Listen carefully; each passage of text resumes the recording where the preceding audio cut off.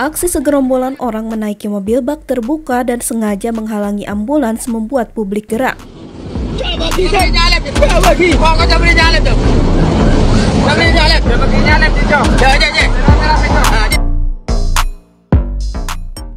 Bapak-bapak berpeci itu mengompori supir untuk tak memberi jalan pada ambulans. Padahal terdengar suara sirine ambulans nyaring menandakan ambulans tengah bergegas. Sambil tertawa-tawa, bapak-bapak berlogat Madura itu terus memprovokasi supir pick-up agar ambulans tak dibiarkan untuk menyalip kendaraan tersebut. Sontak video tersebut pun viral dan mendapatkan hujatan dari warganet.